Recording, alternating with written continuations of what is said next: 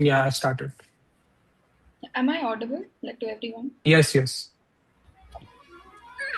So we'll start. So, hi everyone, I'm Anaan, and as you all know, the NLSAT 2026 results for LLB are out as of 2 days before, and because of which I think we're having a roundtable of some of the people in a scattered manner in 3 4 days of all the people who were selected from our guidance program that Abby and I ran from November 2025 to April 2026. So 15 of our 15 of the people who were a part of our guidance program have gotten selected, and we are doing a round table of sorts with all of them. We did one yesterday and we're doing one today. So today we have with us Hari, Harshita, Tarique, and Durga. So, hi everyone. And to start off with, I just want to know what are your how are you feeling right now? What were your initial reactions when the results came out? Did you expect this? Were you surprised? Like, tell me what you're feeling and what you felt when the results came out. Maybe Harshita can We'll go start first. with we'll start with Harshita. Okay, hi. Hi everyone. So honestly I was very sure that I wouldn't get in. Like I was texting maybe and Anand about it that it seems very unlikely and the what should I plan for a backup and all of that.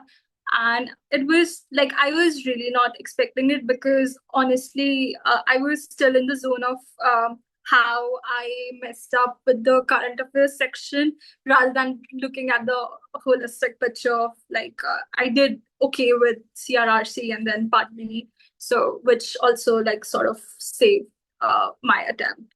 So I was not expecting it, but I'm really, really grateful that it happened. And yeah, like my first reaction was like I read it twice that okay, is this my application number and is that like it said provisionally offered admission. So I read it like twice and thrice before I could actually just like accept it, I think. And yes.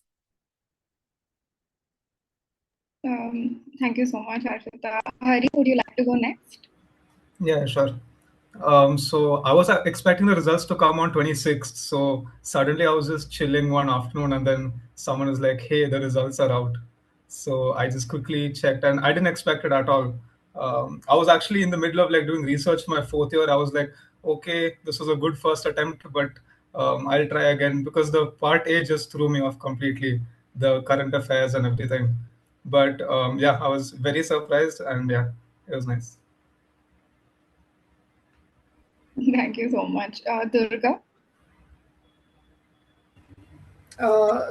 Almost same. Like even I wasn't expecting it first. Like I thought it will come on 26th, and I was like, it just caught me off guard. And I mean, I wasn't really expecting to get in, honestly. But I mean, I still had a little hope, but at the same time, I was like, maybe I won't. So I mean, I was in the middle of looking for other options. I mean, not exactly in law. Maybe I'll pursue like masters in whatever I'm doing right now. So yeah, when the result came, like I couldn't believe it, honestly. And then I was like, I need to see the official rank list and everything, then I'll confirm. And just like Ashita said, like I was cross checking, like, is it my number, is it mine? Like I must have done it at least 5 or 6 times, because yeah, I don't know, it felt very, very unreal. But I mean, I'm extremely grateful. Yeah, I still am in a different zone, honestly. Yeah, that's it. Yeah, so what I'm realizing is that no matter what year you give the exam, the experience stays the same. So thanks, Durga. Tarique, would you like to go next? Yeah, I was really happy that I got in. I saw the PDF first, so I did the Control F. I put my roll number in, and I couldn't find it, my roll number, and I was like, shit, I did not make it, I guess. But then it was, I don't know, I think it was not readable, I guess, the PDF. Then I started reading it 1 to 9. I was like, shit, I got in actually. And then I I texted Eby, and then he said there's a scorecard thing. So I opened that portal, and apparently I got in. So it was like, okay, wow, I am in. And I don't know, I think I must have like read that like 10 times, I guess, that I'm in.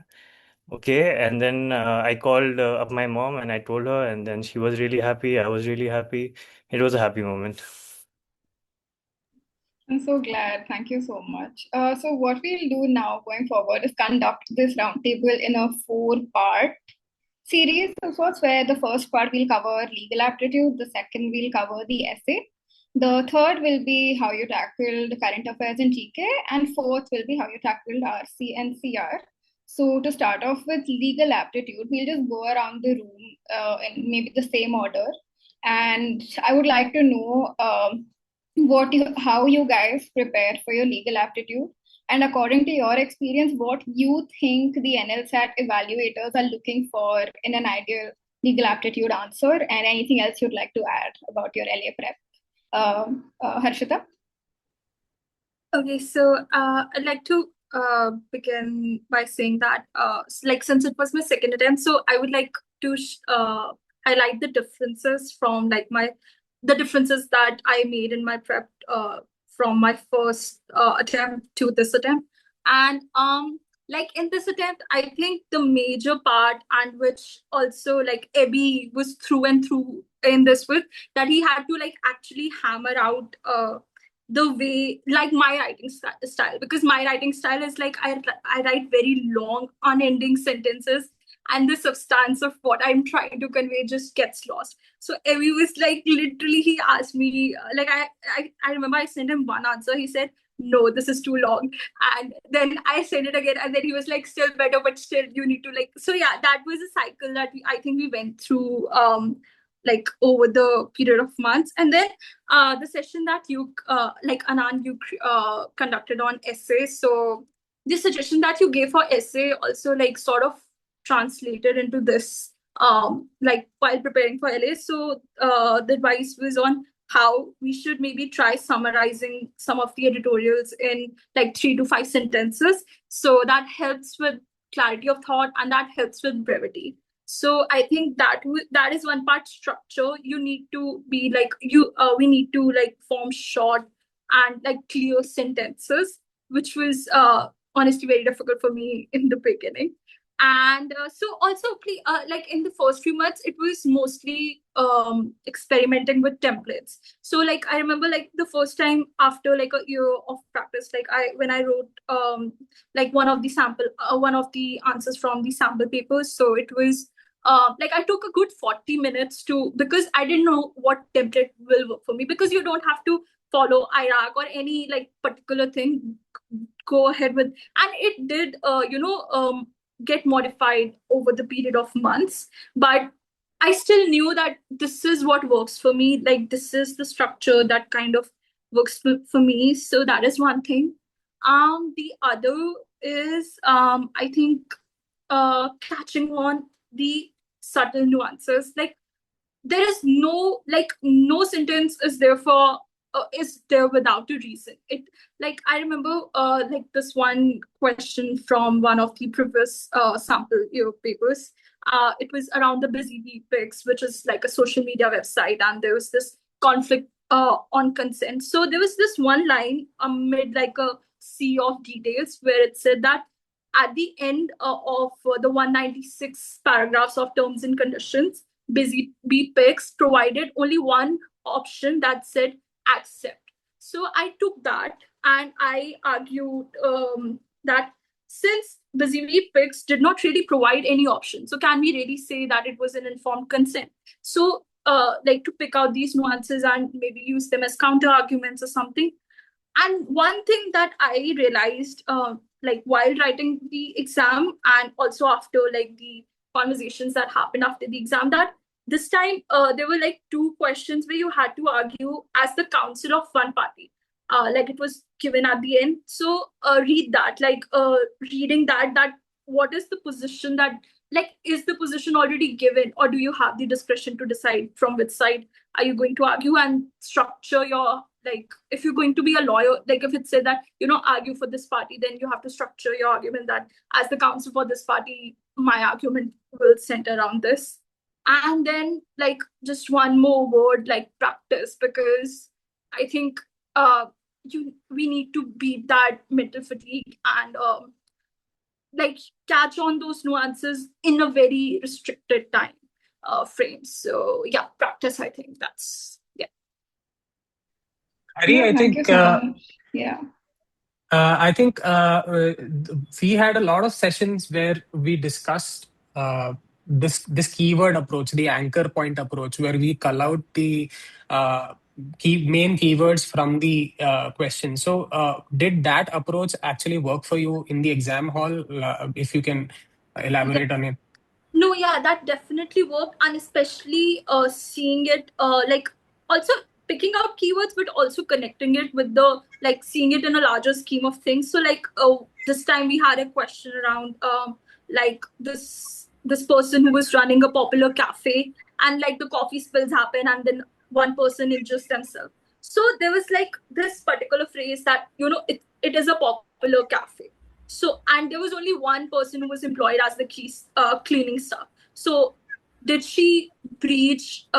Did she actually fall short of the maximum care that the owner could have taken? That because she knows it's a popular cafe, she knows the traffic is high, and caution should have been taken. So, like, yes, picking keywords like. In the Dr. Pinto question, the intent was very important. Like in the Jiggle question, that is in one of the sample papers, his expertise is very important because it's mentioned that he's a professional uh, Race car driver. race car driver. So yes, picking those keywords and actually connecting it with the broader scheme of the question and what it's trying to ask and what is also identifying like the issue. So the issue is not should he be compensated. The issue is that did he have enough expertise to like say make an informed decision. So which then leads to the answer that should he or should he not be compensated.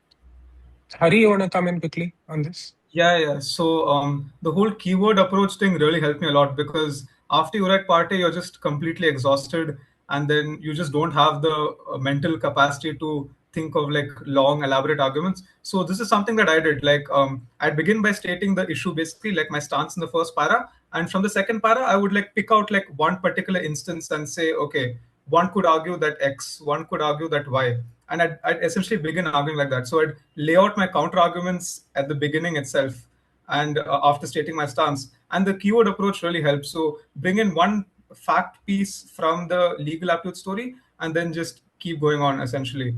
So yeah, in a time crunch, that method really helps.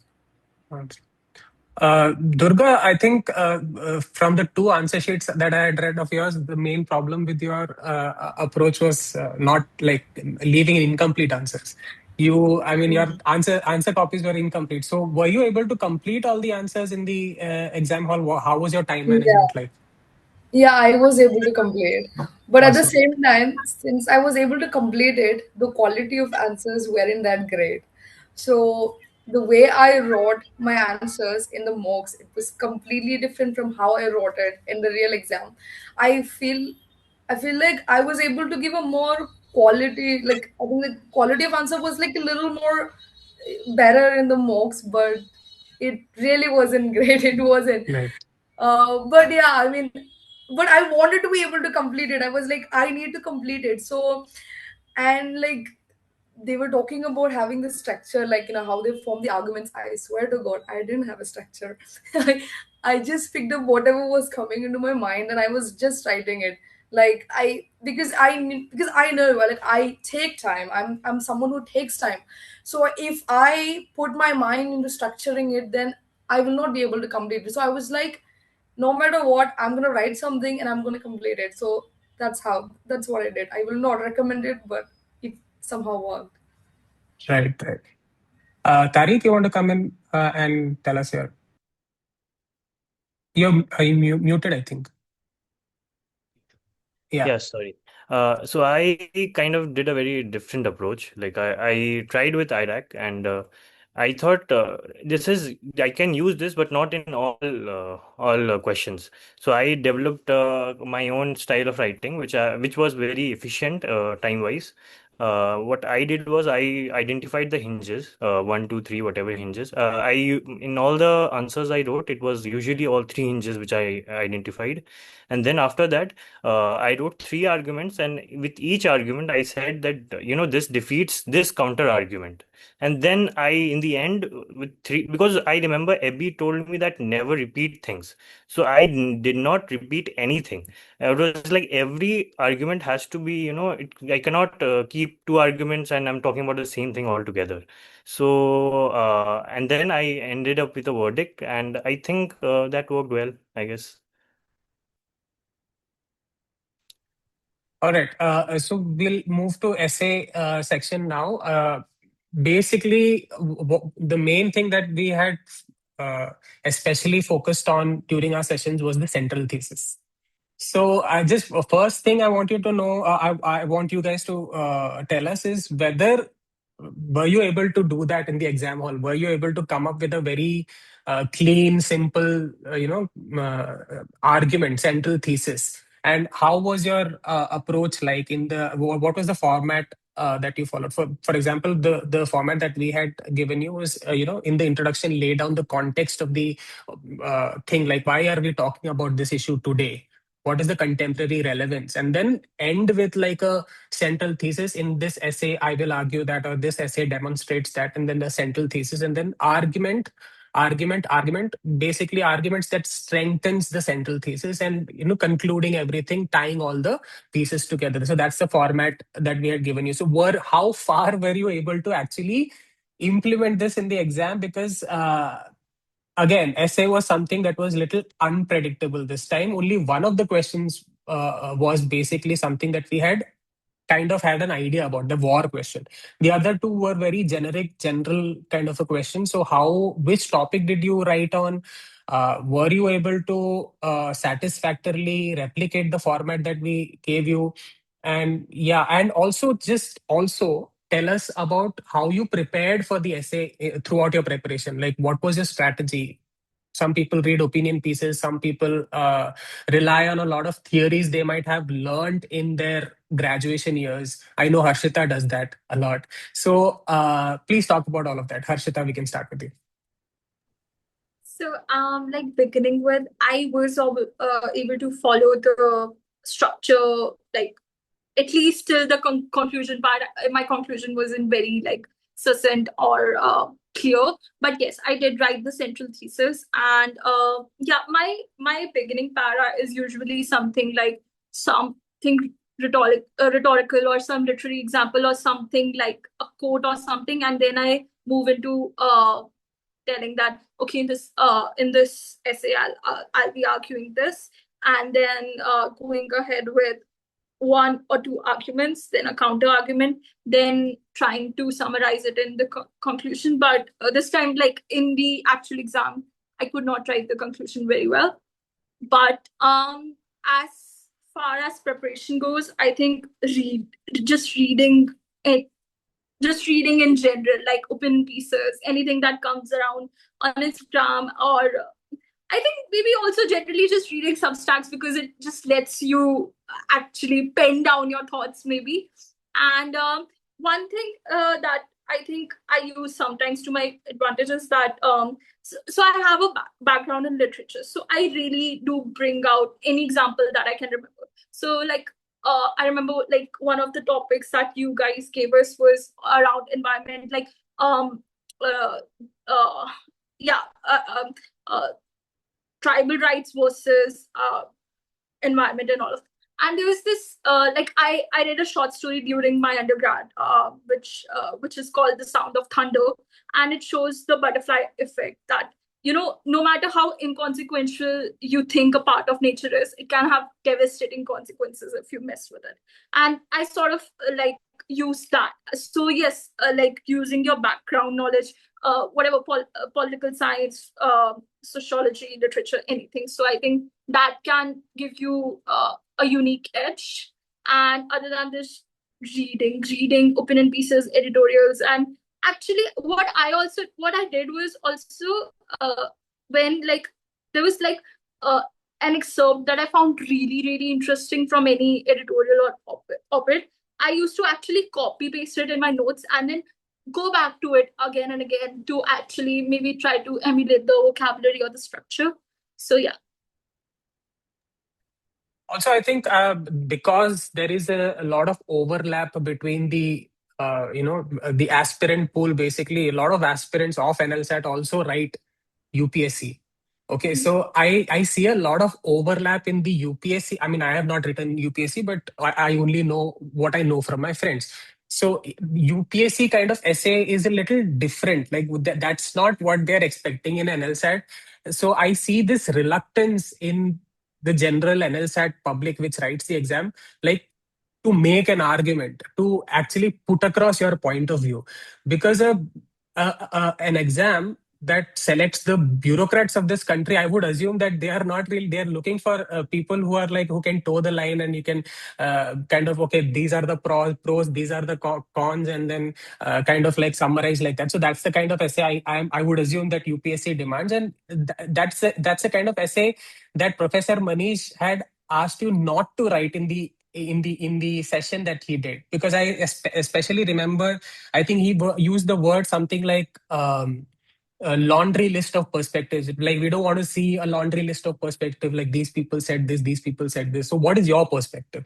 So that's something that I generally see missing in the NLSAT aspirants when they start out, which is what we try to correct in a lot of the aspirants that we help. So yeah, so Hari, your thoughts on it? Like, were you able to put across your point of view very succinctly, and what went right, what went wrong? Yeah, so I had the LA was surprisingly a lot easier than I expected. So I had enough time to write the essay and everything. And the mocks, that was a bit of a concern. Like I do in the mocks, actually, I would write the essay at the beginning just so I'd have enough like time to finish it. But this time I left it for the end because I glanced at the topic and I was like, okay, mandatory conscription, I can write something about it. And then I went through it. And I did a lot of philosophy courses in my undergrad, and I was very used to this argumentative writing sort of thing. So putting across your arguments, rebutting the counters. So that came very naturally to me. So the essay part was definitely one part I was confident about. And what helped me the most probably was, I think, just reading extensively, read different sort of pieces. I'd say one really nice book I'd recommend for everyone if they want to start writing argumentative essays is Justice by Michael J. Sandel. So I think during my political philosophy course or something, I read it. Excellent book. It's a really nice way to get to start thinking about these big ideas of rights and law. And yeah, essentially, I'd say it's just reading a lot and essentially building up the stamina to write this in that environment.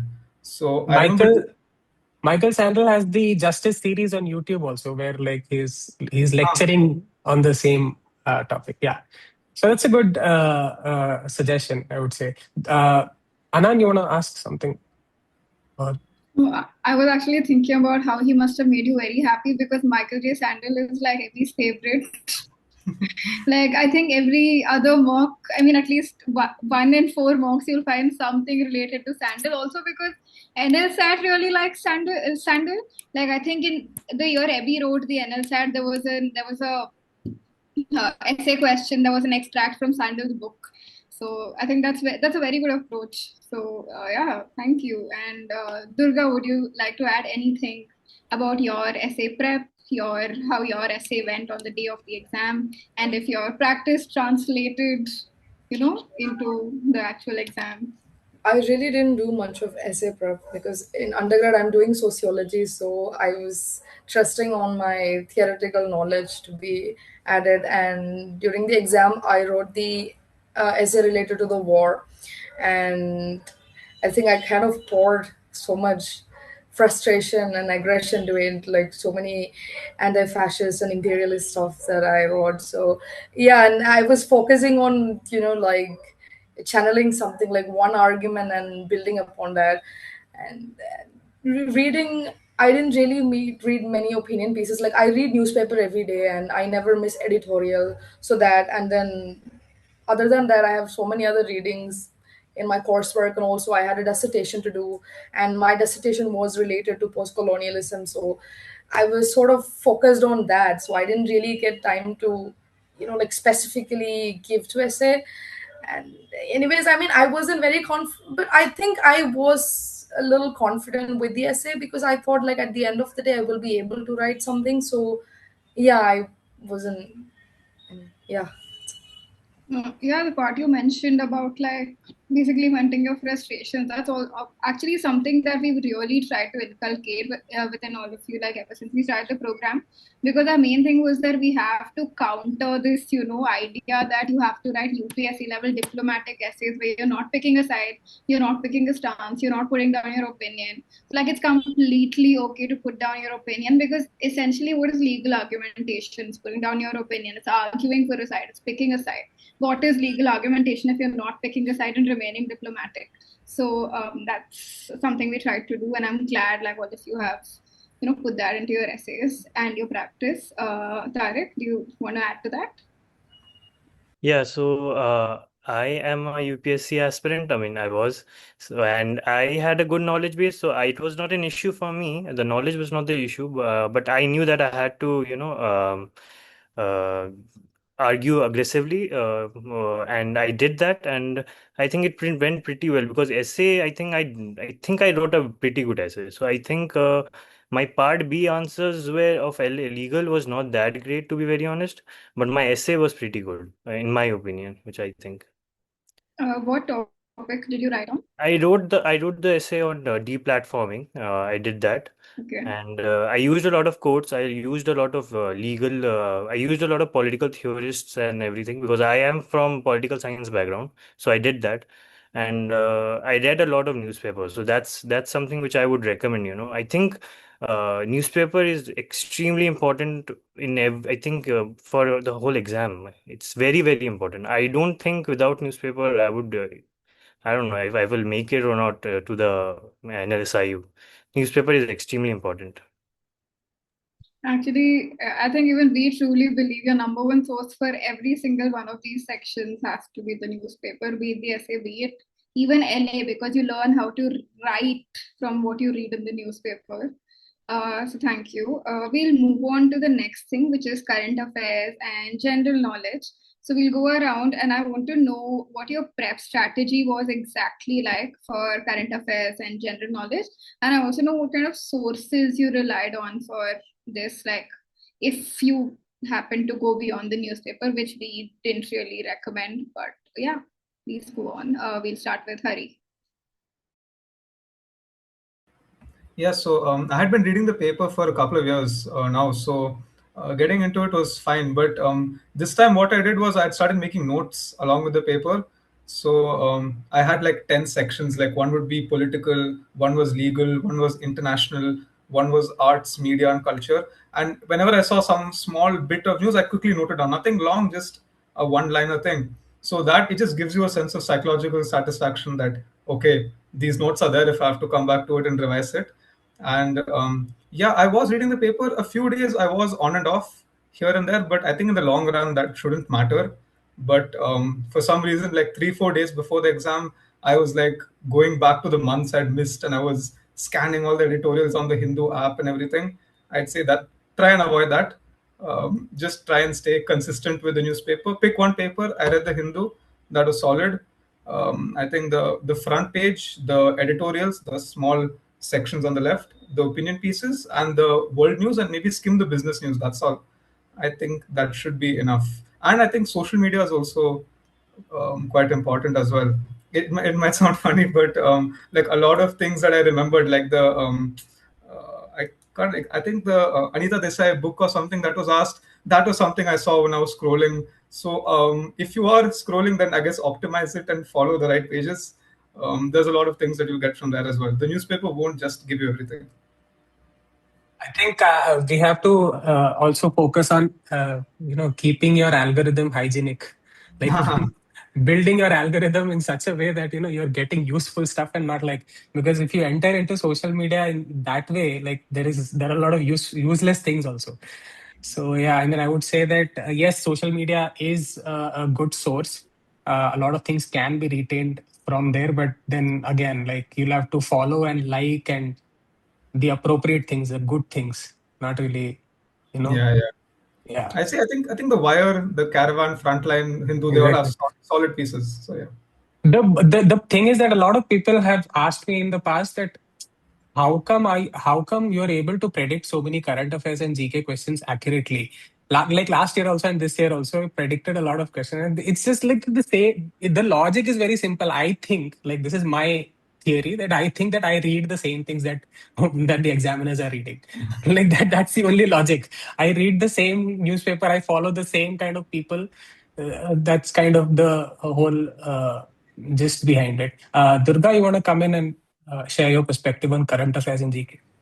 Newspaper, like that's all I did. I mean, social media, yes, Twitter and everything, like you'll get bits of it, but newspaper, I've been an avid newspaper since sixth grade, and I've been reading the Hindu only, so that's it. Like it wasn't just for NLSAT, I've been reading newspaper like religiously. So yeah, I would say the Hindu, like seriously, just stick to it. Like everything is in there, even I think even the most unnecessary bits, it will be there. Even like in international and all, there would be like small columns about certain stuff, and like it's just newspaper, seriously. I That's think it. you've described a very, like, you painted a very good picture of a Malayali household. This is this is there in every Malayali household, even my household. It's like that every day, the Hindu. And we And have like more than one newspaper, so there will be yeah, English, then there will be Malayalam, and then there will exactly. One Hindu, one Malayalam Manorama. So yeah. that's like a staple thing for us. We even, for us, we have Deshabhimani actually. Ah, nice, nice. Good. All right. Harshita, you want to come in and Yeah, so like Tarique said, social media, I think, no, sorry, Hari said, like, social media was a huge part, like, especially two questions that I think was, like, so the Julie Brown question, the journalist behind the Epstein expose. So that was on BBC's Instagram page in one of the posts. So, like, not all the posts, but since if you're regular with social media and you have this kind of, like, your feed is curated in this way, I think it's because also it's like an audio visual media, so it's, I think, easier to and more palatable to, I think, consume and like also remember. Also, like the Molt book one, like I came across it the first time in an Instagram reel, and then it was a question in one of the mocks. So then I went ahead and read about it. Also, like reading about the right options, but also the wrong options as to why they are significant and why do they fall, why do they even fall within this question, that like what potential do they have to confuse us. And then I think like I did make notes, like my notes were a little, like they were also divided across sections, but also, so like for example, if you come across a topic in the Hindu, like there was this topic around like in this year elections would be happening for the UN Secretary General. So I just went ahead and looked into like who was the first one from Asia and Africa and Latin America. So like just a little background research, and like Sabrimala was in news, so I went ahead and looked up that who was the sole dissenter in like this case. And this, like, even if you wouldn't look up, if you're regular with the Hindu, it like these bits of news you come across in at least an editorial, or like the small ones that are given on the site. These bits of news are given in the whole editorial. So yeah, just like be very religious with the newspaper, I think.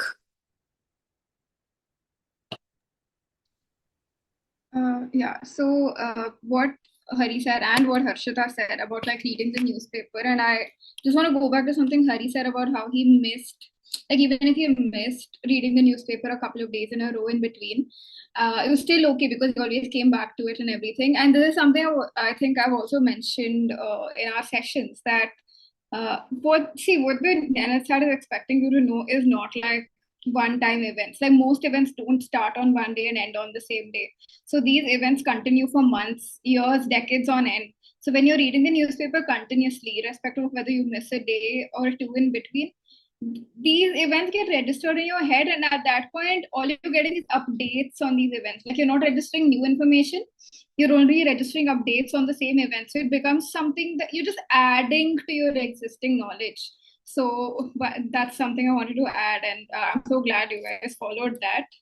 And yeah, Tarique, you want to add to that? And I also want to ask you if how you prepped for GK also translated in your exam. I want to know. Yeah, so my GK went pretty good, and I obviously read newspaper. Newspaper is extremely important, but I also followed this guy who made notes from newspaper, but it was for UPSC prep. But he followed like every fact from the newspaper and wrote everything.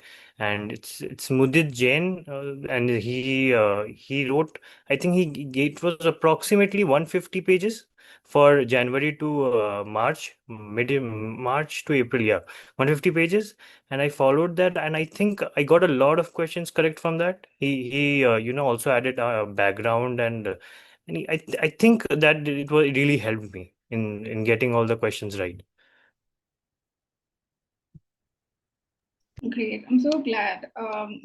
Yeah, so we'll move on to reading comprehension and critical reasoning. And for this, again, I want to know first how it went in your exam, and also how you prepped for it, and if you refer to extra sources other than mocks and the sample papers, and if you did, what were they and how they helped, and if there were anything, if there were like specific tactics that you practiced during your prep that helped you during your final exam. Harshita? So, yes, the mocks definitely, and like I gave them like more than once after like a considerable period had passed. And then GMAT passages, like there's a compilation of 1,000 GMAT passages which progress in terms of difficulty.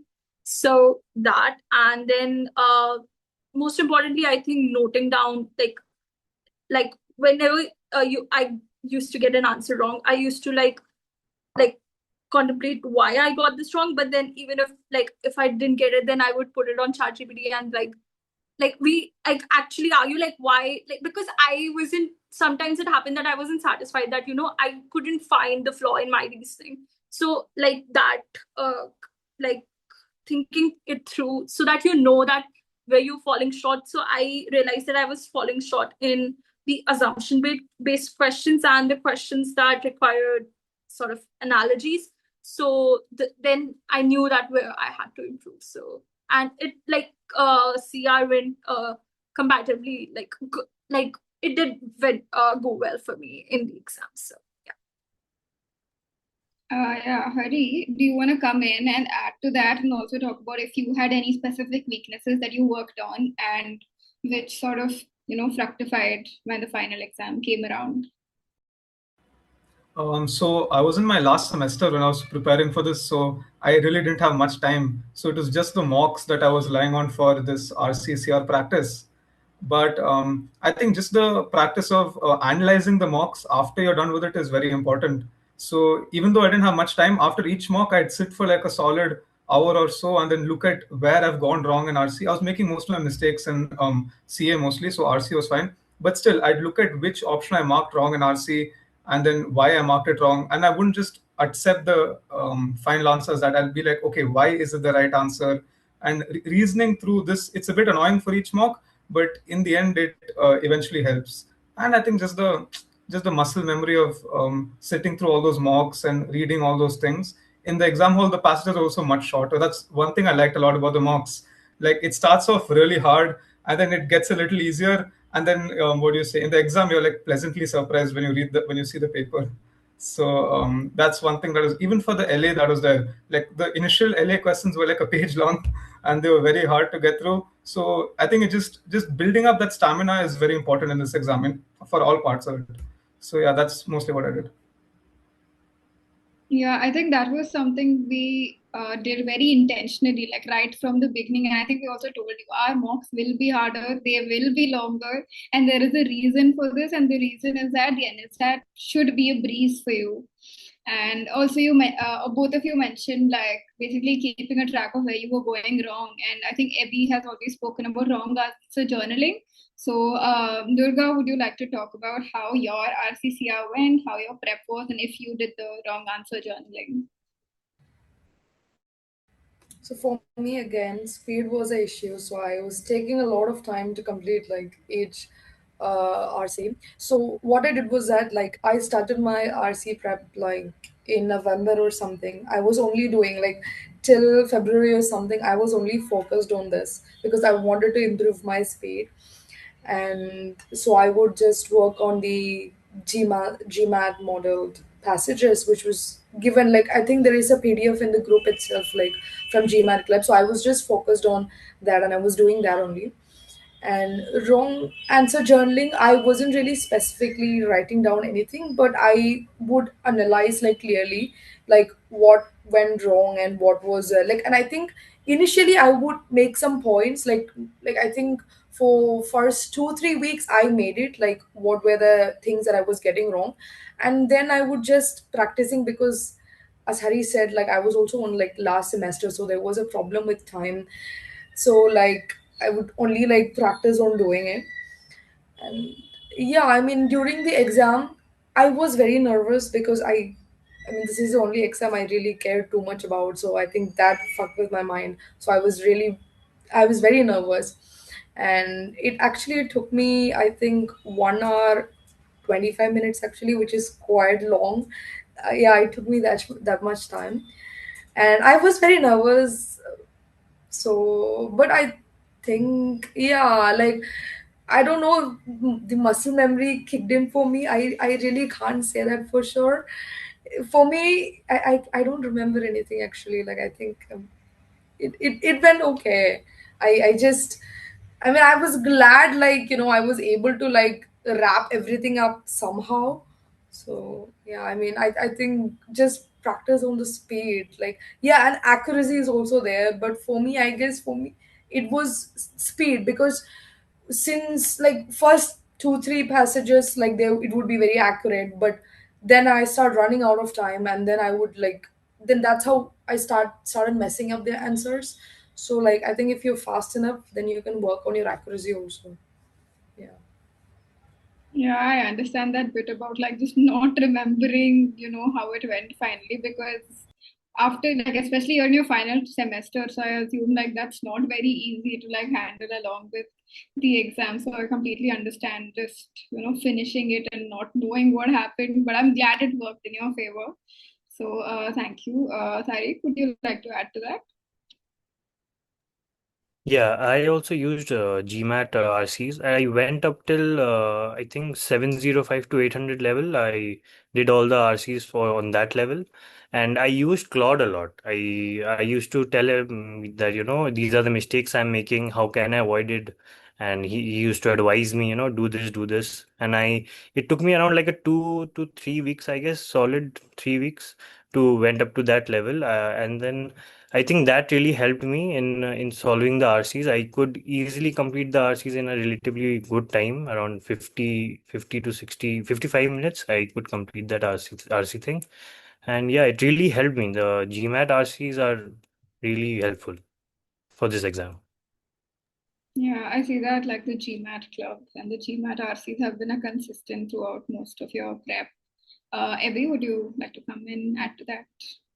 So yeah, I mean we've covered all the sections now. I just want to know like any parting advice that you have for the future aspirants. That's one thing, and also like uh, you all were part of the paid guidance program. So how did the guidance program affect your because some of your I think at least Harshita is a second attempter. So did the guidance program kind of help you get where you are right now? In what ways did it help you, and would you recommend it to the future aspirants? Because we've already begun with the program for the 2027 aspirants. So that's one thing, and also talk about the overall time management in the exam. Like that's one thing that I think we missed in the talk that we had till now.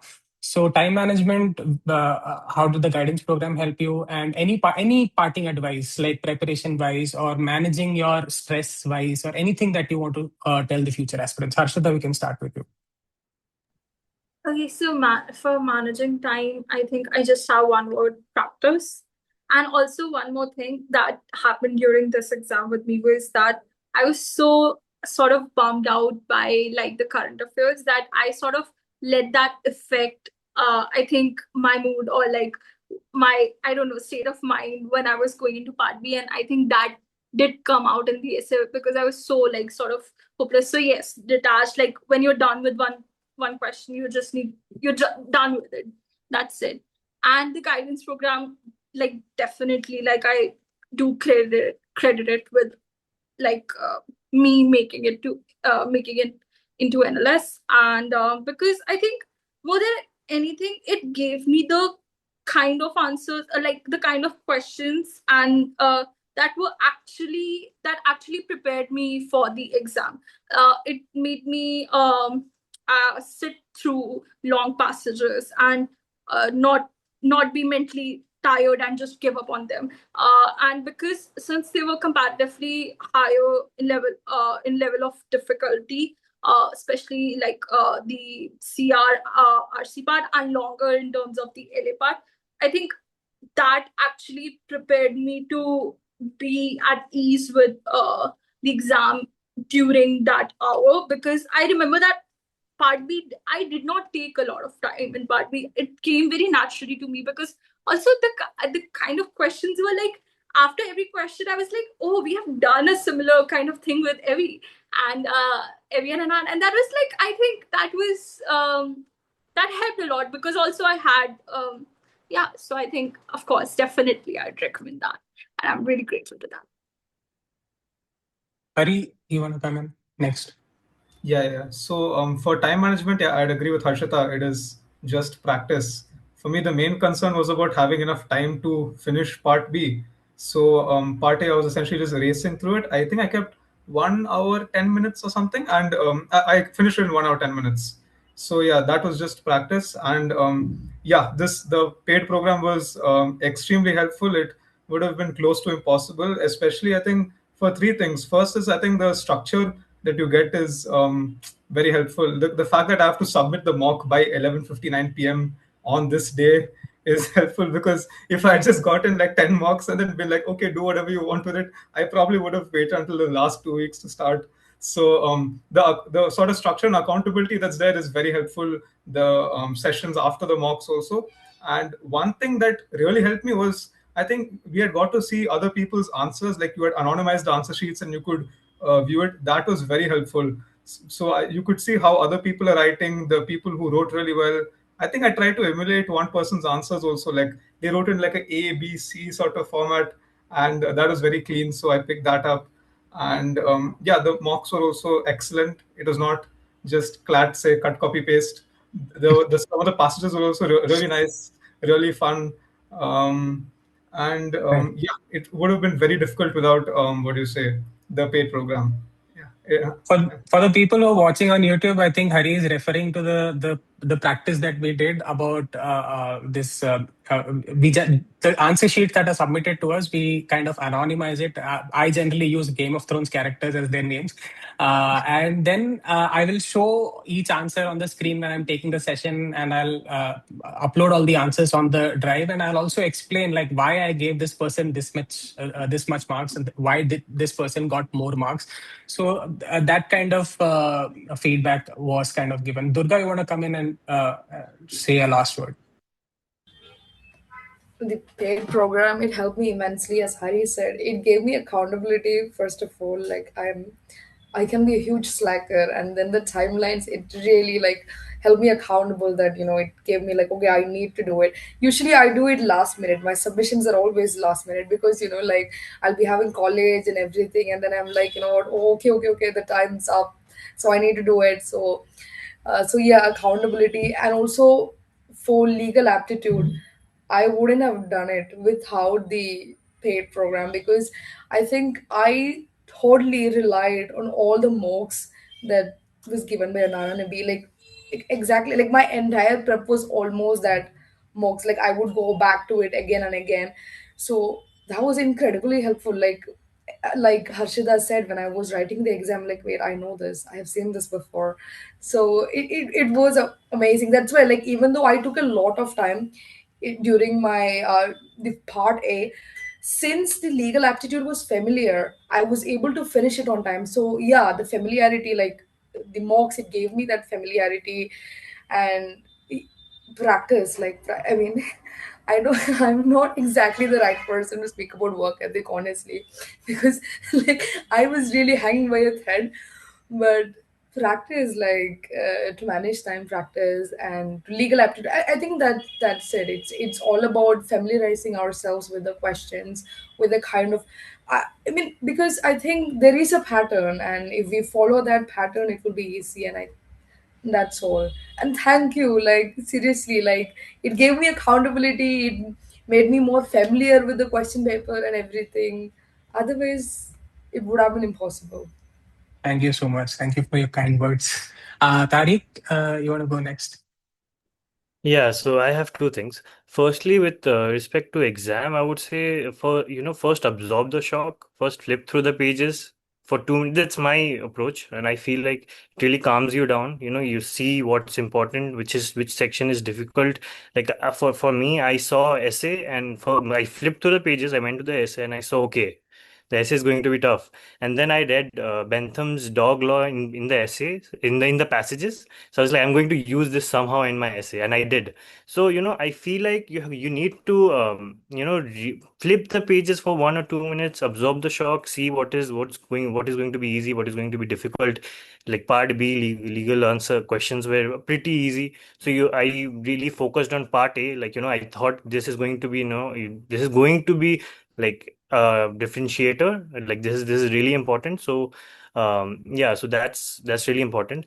And the second thing which I would really suggest is that because the mocks are really important, because see, if you are doing GMAT RCs and if you're going up till 705 700 to 800, you think too hard. Like you're thinking too hard. You're thinking to an extent that you're thinking, okay, none of the options are right. But for NLSAT, you don't have to go to that level. You have to recalibrate to a level which is at par with NLSAT. So I feel like even current affairs, even if you're reading newspaper, you can go very deep into a topic, and which can be waste of time. So with the mocks, I realized, okay, this RC or whatever the current affairs, like this is how this much depth is required. And I used Claude a lot. I put all the legal questions of your mocks to Claude, and I was like, generate more answers, more questions. And I read, I think on the same difficulty, I read around I did not write, I read also from, like, for legal questions and answers. I read around 100 and 120, so that at least I know what language I'm going to use. So yeah, I did that, and I think that really helped me. Awesome. All right. I think we are at the end of the session. Thank you guys for joining us for this talk.